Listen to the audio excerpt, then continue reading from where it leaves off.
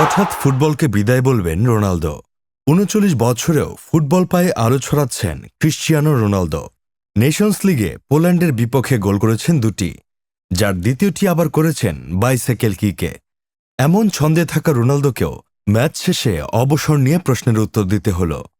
অবসর নিয়ে এখনও নির্দিষ্ট করে কিছু ভাবেননি রোনালদো, আর এই বিষয়টি নিয়ে খুব বেশি ভাবতেও চান না তিনি।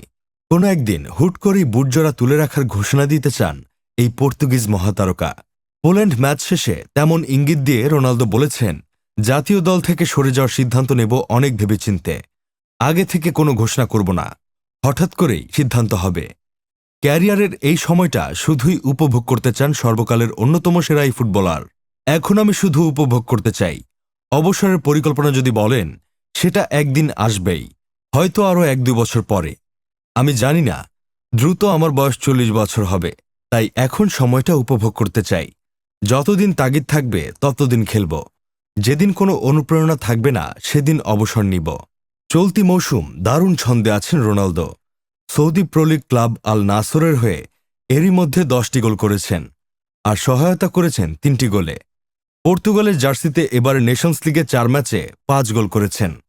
দেশের হয়ে পৌঁছে গেছেন ১৩৫ গোলের চূড়ায়। Sports desk, Sadman Sakib, Bangladesh news today.